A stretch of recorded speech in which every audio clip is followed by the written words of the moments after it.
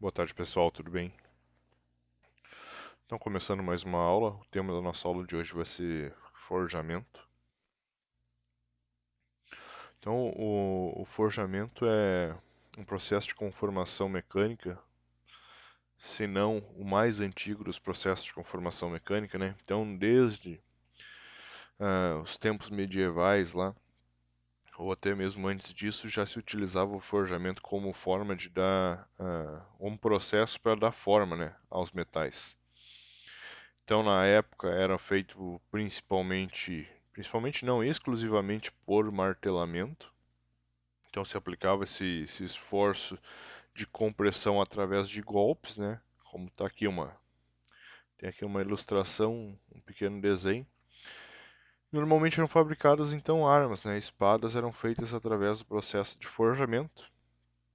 Certo dia, um ferreiro lá percebeu que quanto mais ele martelava aquele aço, mais resistente aquele aço ficava. Então, a partir daí, começou-se a fazer espadas através do processo de forjamento. Então, ele pode ser feito através do martelamento ou por esforço de compressão, pode ser, por exemplo, num processo de prensagem. Ah, esse martelamento ou prensagem vai forçar o material a ele assumir a forma de um contorno de uma ferramenta conformadora. Essa ferramenta conformadora a gente chama ela de matriz ou estampo, que aqui nesse caso, né, tem uma matriz. Quando essa prensa desce, ela força o metal a entrar nessa matriz e o metal acaba adquirindo essa forma.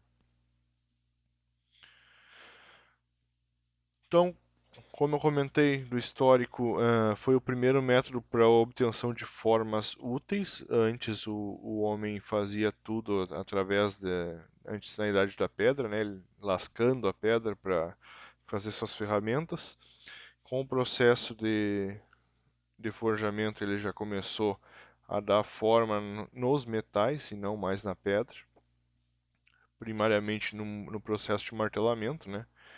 Então, como na época ah, a sociedade que se destacava era aquela sociedade que tinha um poder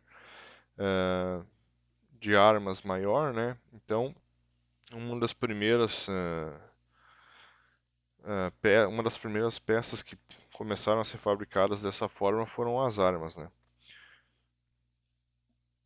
Então, como eu comentei, se observava que as espadas que eram exaustivamente deformadas, elas acabavam sendo mais fortes do que aquelas que eram pouco deformadas, elas não perdiam tanto fio e tinham um desempenho melhor em batalha, né?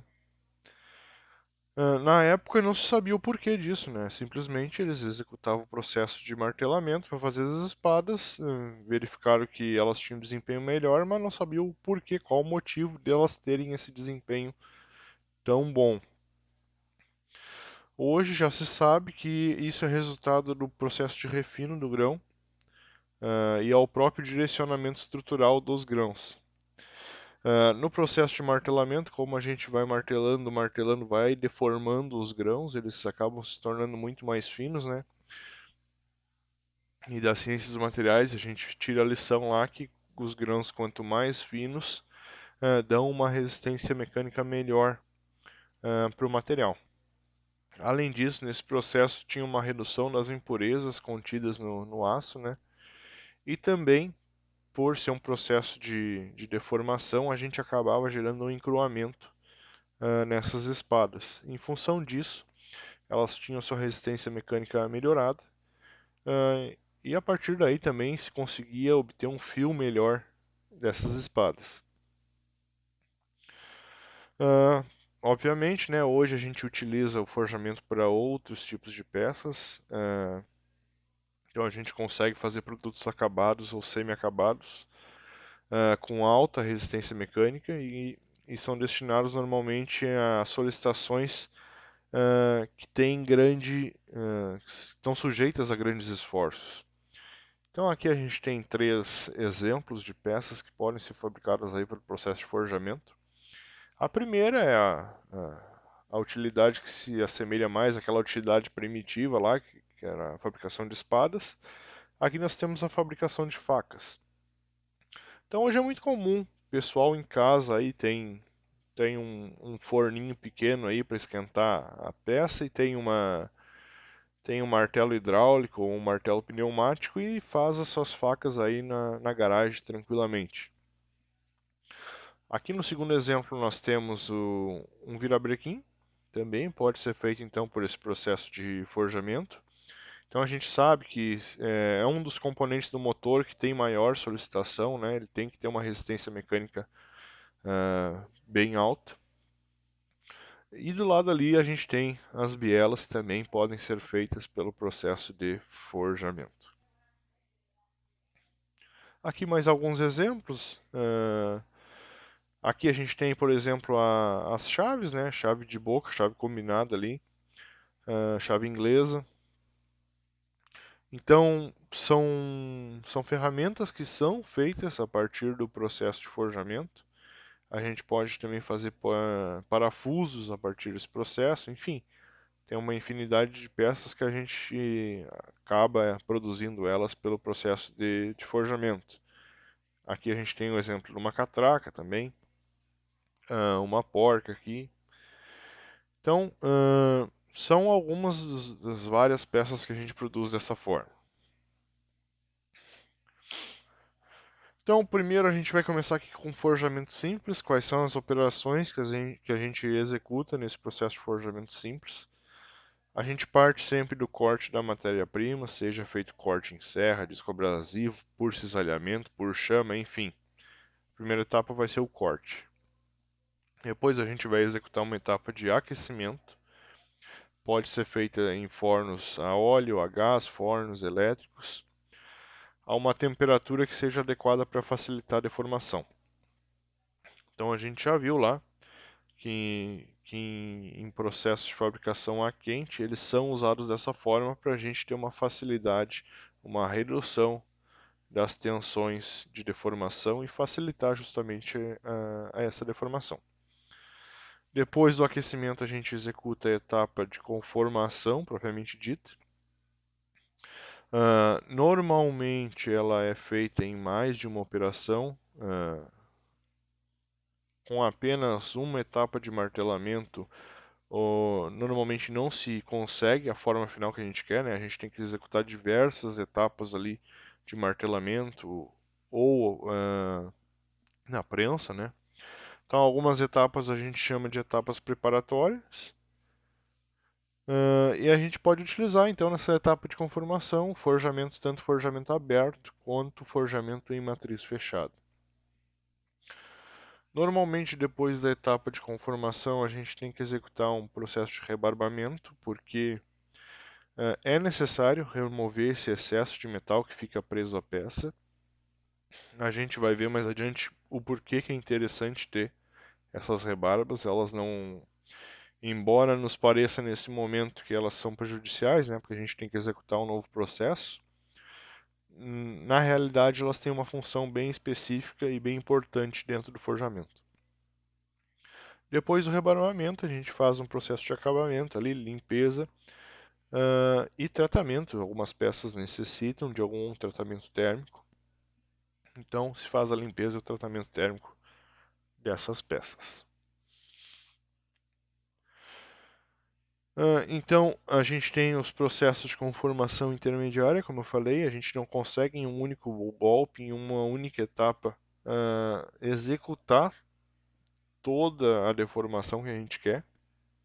Então, a gente utiliza esses processos de conformação intermediária, que são as operações que vão preparar, então, o material para a conformação final. Aqui a gente tem um exemplo de uma barra ali, e estão sendo feitas diversas conformações intermediárias até chegar num resultado muito próximo do que a gente quer. Aí a gente executa ali o processo de conformação final e tem a peça acabada. Então, esse processo de conformação intermediária ele serve para a gente avançar algumas etapas. Por exemplo, peças. Primeiro a gente vai ter um estiramento dessa peça. Então a gente vai ter que executar essa etapa intermediária até a gente estirar ela até o comprimento desejado, ou muito próximo do desejado. Uh, Ainda como estágios intermediários, a gente vai ter ali a formação das rebarbas, né? Então, como eu comentei, a gente tem que retirar elas, mas elas têm um papel fundamental dentro do processo de forjamento. E depois, na etapa de conformação final, a gente já tem a peça estirada, a gente vai colocar ali como está numa matriz, né? Sobre uma mesa. E aí sim vem uma matriz superior e acaba dando golpe, exercendo uma força de compressão ali e dando a forma final da nossa peça. Depois, ainda dentro do processo de forjamento, a gente considera como parte do processo ainda essa etapa de rebarbação, né? Então ela vai fazer através de uma força de compressão, a gente vai colocar a peça numa matriz de corte, vai aplicar uma força de compressão e vai cortar a rebarba que está em torno da peça.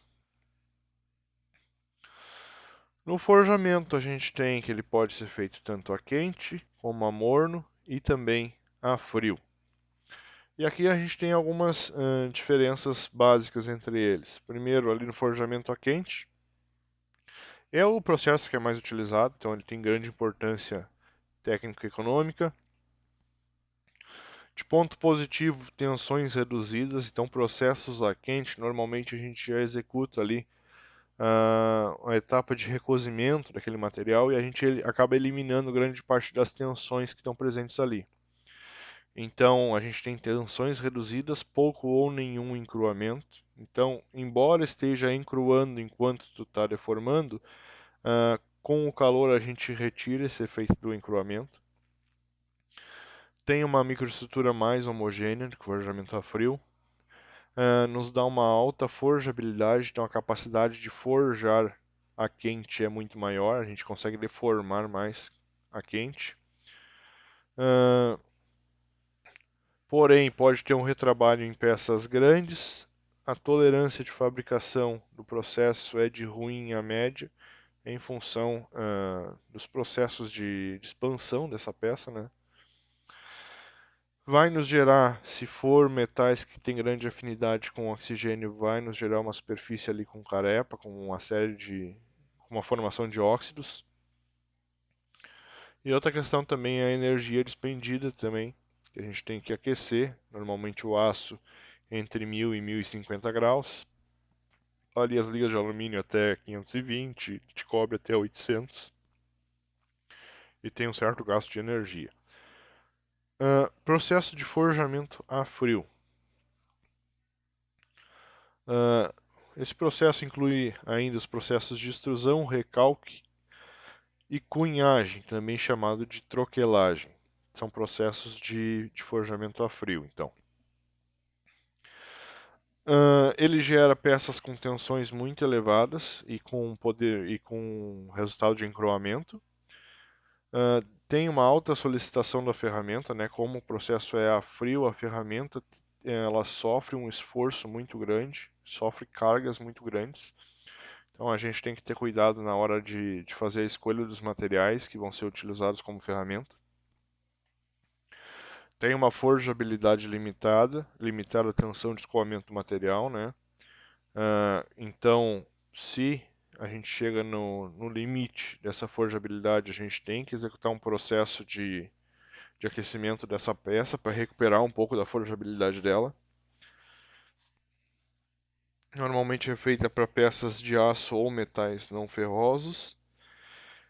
De interessante é um processo que gera pouco retrabalho, né? Ela já nos dá uma boa qualidade superficial e uma boa tolerância dimensional. Então, normalmente não se necessita de outras etapas de muitas etapas para retrabalhar essa peça, né?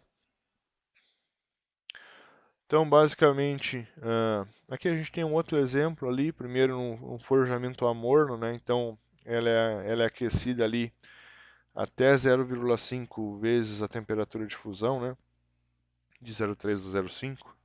Então, a primeira etapa a gente aquece essa barra, ela sofre um primeiro golpe que faz o processo de recalque, né? Diminui a seção dessa barra e acaba alargando um pouco ela. Aí depois a gente tem já uma pré-forma, vai colocar numa matriz para dar a forma final e depois faz o processo de furação. Essas são as etapas do forjamento a morno. No forjamento a quente, a gente tem a barra, que vai se aquecer essa barra, vai se executar o processo, primeiro processo de recalque, e do recalque a gente já vai para a matriz que vai dar a forma final. Depois a gente tem que executar ainda aquela etapa de rebarbação que a gente comentou. Porém, como vantagem ali do forjamento a quente em relação ao forjamento a morno, é que a gente elimina uma etapa do processo. Vantagens do forjamento, como processo de conformação mecânica, ele tem uma melhoria da microestrutura do material, ele apresenta peças com resistência maior, tem um melhor acabamento superficial, por exemplo, do que a fundição, e tem uma melhor distribuição das fibras no material. Aqui, por exemplo, a gente tem uma rosca que foi usinada e uma rosca que foi produzida pelo processo de forjamento. A gente já começa a observar a qualidade superficial, que já é bem melhor do que aquela rosca que foi usinada. Aqui a gente tem várias diferenças de altura aqui, né, nessa ponta da rosca, enquanto que aqui a gente tem uma rosca mais uniforme. Outra questão, a questão da microestrutura, né? Aqui a gente tem uma microestrutura mais equiaxial, com grãos menores, enquanto aqui a gente tem grãos mais grosseiros aí, o que não vai nos dar uma resistência mecânica tão boa. Então, os tipos de forjamento, a gente tem no primeiro ali forjamento em matriz aberta, né? Então a gente tem a nossa peça, a parte superior da matriz e a inferior que é estacionária. Na B, a gente tem uma matriz fechada com rebarba. Então, aqui a gente tem a nossa matriz, vai ter o espaço para formação da rebarba, que ela vai ser importante. E na C aqui a gente tem um processo de matriz fechada sem rebarba. O forjamento em matriz aberta, ele é chamado também de forjamento livre, né? Então o material é deformado entre duas ferramentas que são planas e com formatos bem simples. É efetuado por compreensão direta e o material vai escoar perpendicularmente à direção da força aplicada. Então, normalmente a força é aplicada ali de cima para baixo, né? E esse material vai deformar ali para os lados. É um processo que é utilizado normalmente para peças muito grandes ou quando o número que é produzido de peças é um número pequeno, que não compensa a fabricação de matrizes. Então, eu não sei se eu comentei já nessa disciplina, mas em outras eu já falei. O maior custo dentro de qualquer processo que envolva matrizes é a matriz. Não é o maquinário nem nada, é a matriz. A produção da matriz ela é muito cara, em função da grande quantidade de detalhes que ela tem, e os processos para a produção dela são caros, porque normalmente a gente vai utilizar aí aços que suportam uma temperatura elevada ou que tenham uma resistência mecânica muito elevada. Então, isso implica em grandes custos para a produção dessas matrizes. Então, é importante, antes de executar o processo, pensar muito bem, projetar muito bem essas matrizes para que não ocorram erros de projeto e que o processo em si não se torne inviável. Então, tem que se pensar na quantidade de peças que vai ser fabricada, se esse número de peças compensa a confecção de uma matriz. Então, as operações básicas no forjamento livre, primeiro é o recalque ali, depois o processo de estiramento desse material e, por fim, o processo de alargamento.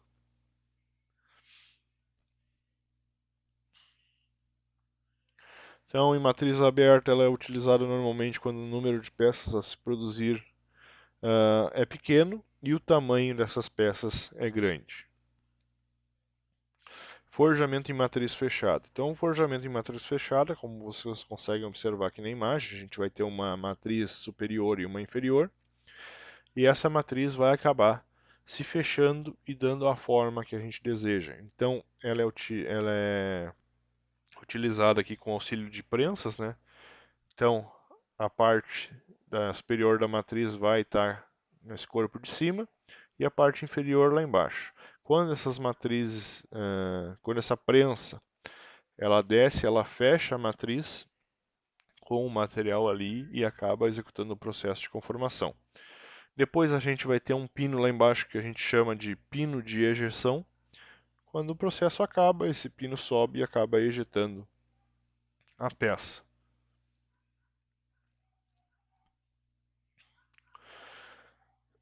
Então, no processo de matriz fechada, o material ele é deformado entre essas duas metades da matriz, né? A deformação ela ocorre sobre altas pressões nessa cavidade fechada, e assim a gente consegue ter peças forjadas com tolerâncias dimensionais mais estreitas, né? A tolerância vai ser definida em função do projeto da matriz. Uh, Porém, para a gente executar um processo de matriz fechada, se exige que a gente tenha uma grande quantidade de peças. Então, deve-se ter uma alta produção, uma produção em série, para justificar o preço, então, do projeto da matriz fechada. Outra coisa que é importante é utilizar material suficiente para preencher completamente a cavidade da matriz, porque do contrário a gente vai ter uma peça não acabada, né? Vai ter uma peça com defeito.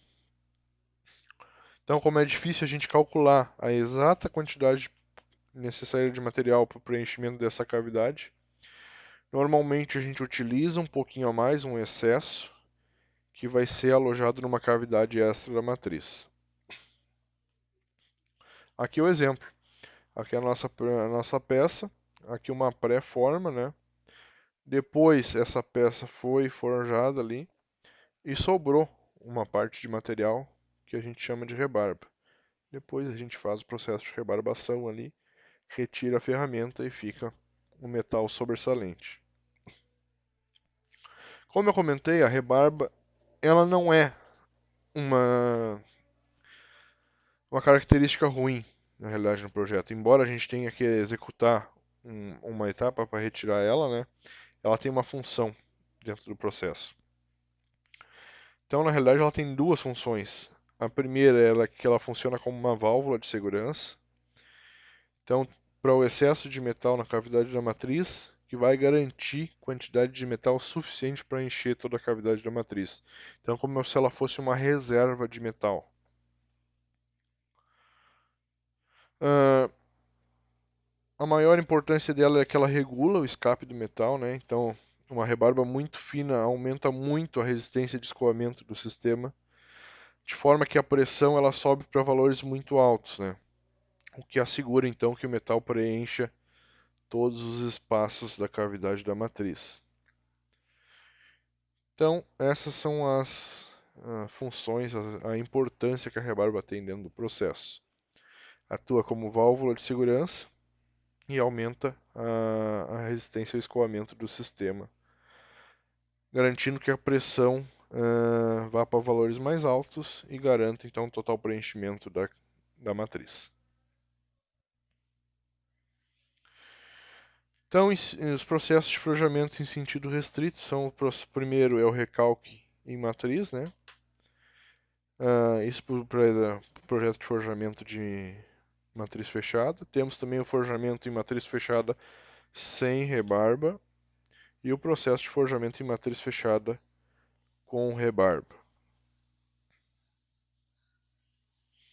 Então, aqui é o funcionamento básico. Então, primeiro a gente executa, aplica uma pressão para executar o recalque. Então, vai reduzir a altura dessa peça, né? Depois do recalque, a gente começa o processo de expansão. Então, esse metal tende a ocupar toda a parte da matriz.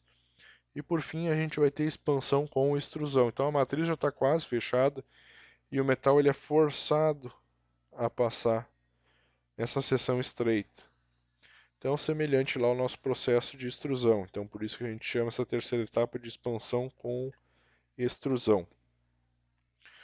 Etapas que podem ser feitas após essa etapa de forjamento aí. Então, a calibração, para verificar se a peça está nas dimensões adequadas. Pode ser executado tratamentos térmicos. Retirada da carepa, como processo a quente forma uma carepa, uma camada de óxido superficial. E por fim, se ainda executa um processo de acabamento, a gente vai executar lá um processo de usinagem para fazer esse acabamento. Já o forjamento em matriz fechada. Então, o forjamento em matriz fechada, como eu falei, as peças elas não são conformadas em um só golpe, porque na realidade a gente precisa que o material se deforme muito, né?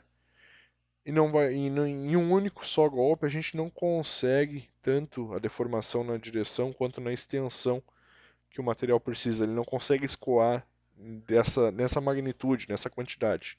Então a gente tem que executar diversos passos, diversas etapas. Então, para esse processo de confecção de uma única peça, são necessárias várias matrizes, por exemplo, com cavidades correspondentes aos formatos intermediários. Então, por exemplo, lá aquela chave que a gente estava fazendo, a gente tem diversas matrizes que vão dando esses formatos intermediários até o processo onde a gente tem a peça final. Então aqui é um exemplo. A gente tem uma matriz A, B, C, D e E, e o que cada uma delas faz. Então a gente tem a peça inicial, na matriz A a gente vai executar o processo de estiramento, na B vai fazer a parte de arredondamento, na matriz C tem a fase de dobramento dessa peça, D a fase de embolsamento, na E a fase de acabamento e no fim o corte da rebarba. Então são 5 matrizes ali para dar aquela forma para o material.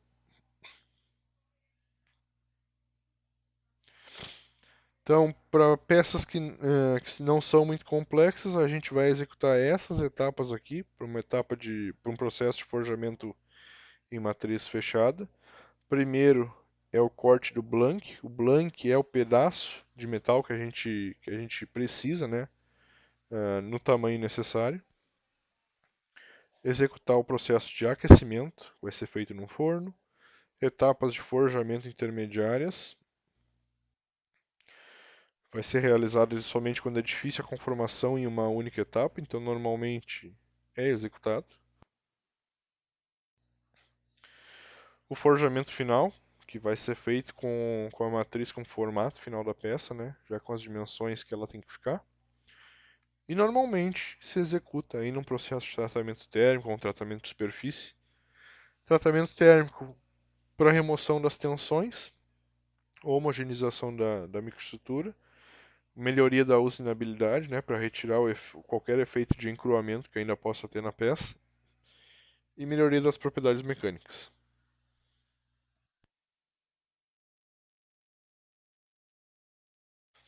Então, as etapas que esse metal sofre: primeira etapa é de recalque. O recalque é a redução da altura inicial sem grandes expansões laterais e sem grande deslizamento entre peça e ferramenta. Depois a gente tem a etapa de expansão e alargamento. Como o nome diz, vai ocorrer para os lados, né? Vai ocorrer um escoamento lateral desse material. Aí sim, com um grande trecho de deslocamento peça-ferramenta. E o fluxo do material, então, vai se deslocar perpendicularmente ao movimento da peça. Como eu comentei, a peça está trabalhando no eixo vertical, né? A, a ferramenta, perdão, e essa peça ela vai estar se deformando no sentido horizontal. Por fim, aquela etapa lá de expansão com extrusão, é preenchido toda a parte oca da ferramenta da matriz, e após então vai se preencher aquele canal de rebarba. O fluxo do material ele é perpendicular e paralelo ao movimento da matriz, né? E é feito o processo, a execução final, né? Então aqui um exemplo, um recalque inicial e final da cabeça de um parafuso. Então a gente executa duas etapas de recalque ali. Uma para começar a deformar essa parte da barra, e depois a gente tem o recalque do anel, né? Primeiro do cilindro, depois o recalque do anel. Uh, a gente pode, ainda em matrizes fechadas, executar etapas de pré-recalque. Então, são forças menores que vão começar a executar esse processo de recalque até o recalque final. Daí a gente já tem, a gente consegue definir uh, a razão de decalque. Então, vai ser o comprimento inicial pelo diâmetro inicial. Então, esse S depende da geometria, da superfície e do paralelismo do prato de compressão, da peça e também do lubrificante que está sendo utilizado. Então, ali, em processos de recalque a frio, se o S for menor ou igual a 2,3, a gente tem um processo de compressão simples, com apenas uma etapa. Abaixo ou igual a 4,5 até 2,3, processo de compressão duplo, duas etapas. E valores de S acima de 4,5 até 20, processos de compressão múltiplos. Então, comparativo aqui entre matriz aberta e matriz fechada. Na matriz aberta, processo mais simples, né, sem relação entre a forma da peça e da ferramenta. A gente não precisa ter uma ferramenta com um formato complicado. Se produz através desse processo tarugos, preparação de tarugos, formas tubulares para fabricações finais, como forjamento parcial em matriz e depois um processo de usinagem, né? No processo de forjamento em matriz fechada, a matriz vai ser a ferramenta que vai ser relacionada com a forma da peça. Então a matriz tem que copiar a forma da peça. Possibilita boa precisão de dimensional e de formas. Então aqui a gente consegue dar um formato melhor do que no forjamento com matriz aberta.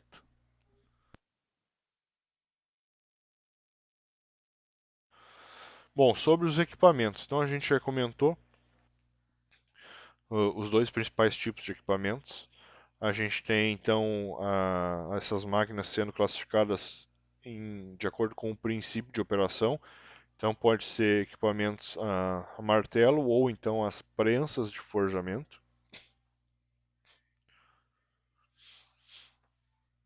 O martelo de forjamento, algumas características que ele tem. A energia é dissipada perto da superfície da peça, então quando ocorre o impacto ele dissipa essa energia. Ele provoca deformações maiores perto da superfície, que é onde vai ocorrer o impacto, né? Normalmente o ângulo de saída ele é maior. São necessárias várias pancadas para a produção da peça. E devido a esse impacto, então, é necessário matrizes especiais de elevado custo. Isso quando a gente vai produzir peças complexas, né? Os martelos de forjamento eles podem ser de queda livre, então esse martelo vai ser acionado por uma correia ou tábua, né, para fazer o movimento de subida dele, depois ele cai em queda livre. Pode ser martelos mecânicos e também podem ser martelos pneumáticos.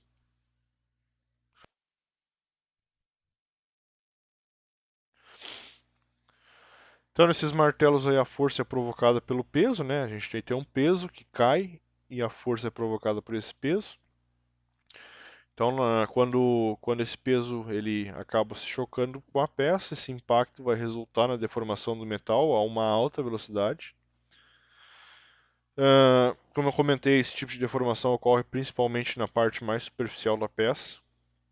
E isso tem como inconveniente gerar uma deformação mais irregular. se a gente não tiver um bom ajuste dos parâmetros do processo. Essas peças elas são forjadas então através de várias pancadas, então são diversos ciclos do martelo para conseguir a deformação total da peça. Perdão, gente.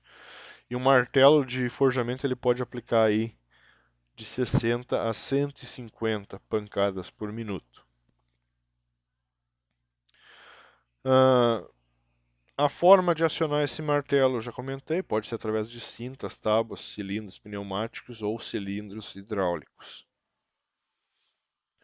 Então aqui é um exemplo de de uma dessas máquinas a martelo, né?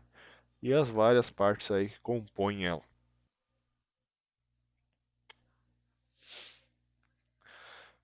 As prensas, já como as prensas a gente tem algumas características diferentes.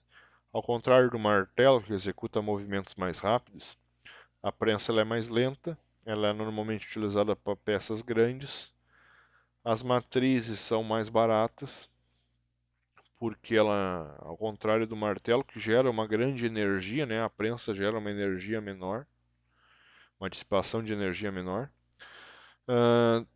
Normalmente produzem melhor acabamento e tem uma distribuição do fluxo mais uniforme, então tem uma deformação plástica ao longo de todo o material, ao contrário do martelo que era mais superficial.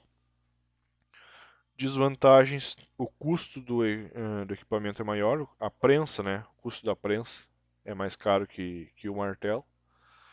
Tem uma maior troca térmica entre a peça e a prensa.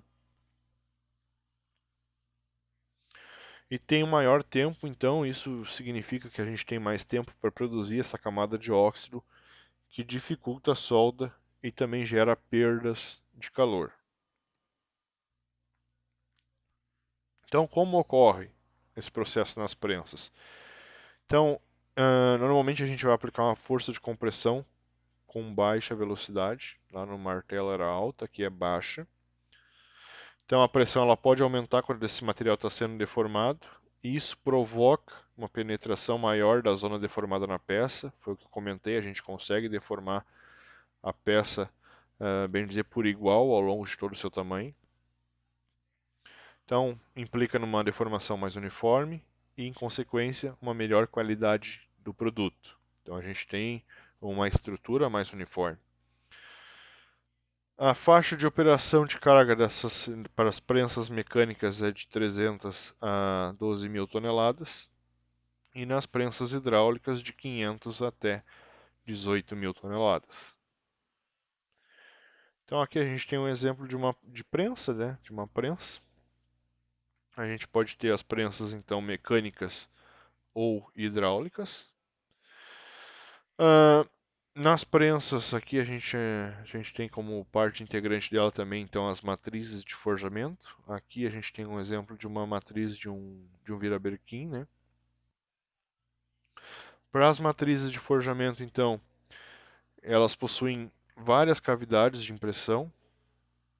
Então, cada uma é para uma etapa de processamento para cada etapa de processamento do produto, né? Então, a gente, como eu comentei, vai ter partes da matriz para as etapas intermediárias e outras partes que são para a parte final.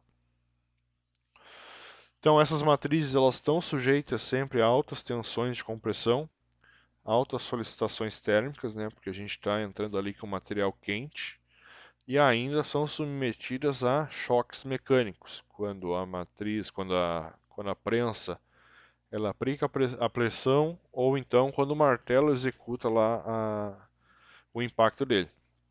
Em função disso, elas têm que ter algumas características diferenciadas, né? Então, o material para ser apto a ser uma matriz, ele tem que ter uma alta dureza, tem que ter uma boa tenacidade, boa resistência à fadiga, afinal a gente quer que essa matriz dure milhares de ciclos, né? Alta resistência mecânica a quente, principalmente, e alta resistência ao desgaste. Em função disso, no forjamento na matriz fechada, que é onde a gente utiliza essas matrizes, A gente emprega principalmente para a construção delas aços para trabalho a quente, aços altamente ligados. Um exemplo desses aços é o aço H13, em função dessas várias solicitações que esse material vai necessitar, né? Alguns aspectos metalúrgicos. Inúmeras vezes uma peça forjada ela ainda necessita de algum tratamento térmico posterior. Esse tratamento térmico ele vai ser aplicado se a peça precisar de remoção de tensão interna, que é produzido no processo de forjamento, ou no processo de resfriamento do forjado. Se a gente precisar de uma homogeneização da microestrutura da peça forjada, se a gente precisar melhorar a usinabilidade dessa peça e melhorar suas propriedades mecânicas. E nos produtos de aço, então, os principais tratamentos que são utilizados é o processo de recozimento e de normalização. Então, o recozimento ele vai retirar, né, essas tensões que foram geradas durante o processo e a normalização ela acaba aumentando a ductilidade, melhorando a usinabilidade dessa peça. Aqui é a faixa de temperaturas que normalmente são utilizadas então no processo de forjamento. Então ali temos as ligas de alumínio com temperaturas entre 320 e 520 graus, de cobre até 850, aços de baixo carbono entre 900 e 1150, de médio entre 850 e 1100 e aços de alto teor de carbono ali entre 800 e 1050 graus. Alguns defeitos que podem ocorrer então no forjamento. Falta de redução, né? Então, como o nome diz, não ocorreu a penetração completa do metal na matriz. Isso vai alterar o formato da peça. E vai acontecer normalmente quando são usados golpes muito rápidos e leves no martelo. A gente pode ter também trincas superficiais.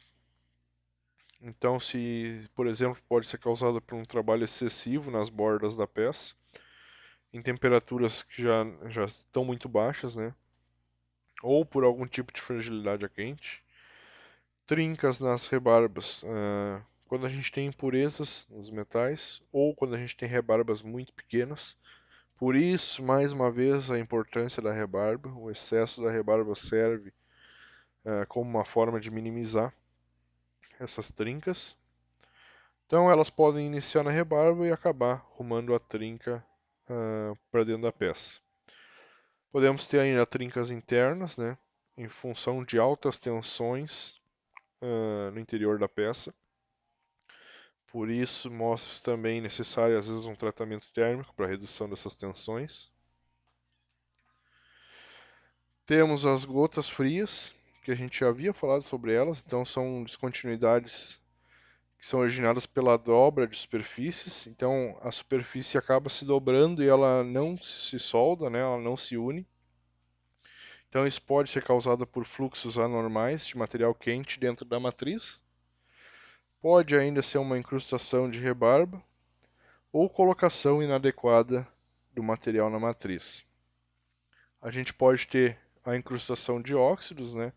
Então vai ficar uma camada de óxido presente ainda no processo de aquecimento e essa incrustação pode migrar para dentro do material. E também pode ficar presa então ou na matriz ou na peça.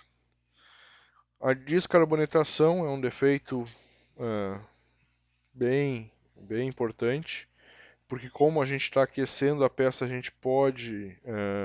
a peça pode perder parte do seu carbono, né, em função da temperatura, e ocorre o processo de descarbonetação, e isso afeta muito a resistência mecânica final da peça.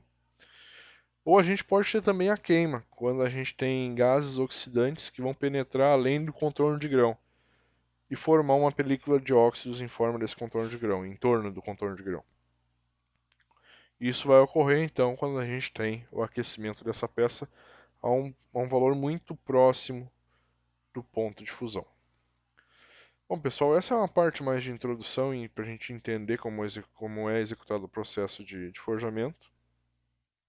Então na próxima aula a gente comenta um pouco mais sobre os esforços do forjamento. Obrigado a todos que prestaram atenção na aula aí e até o próximo vídeo.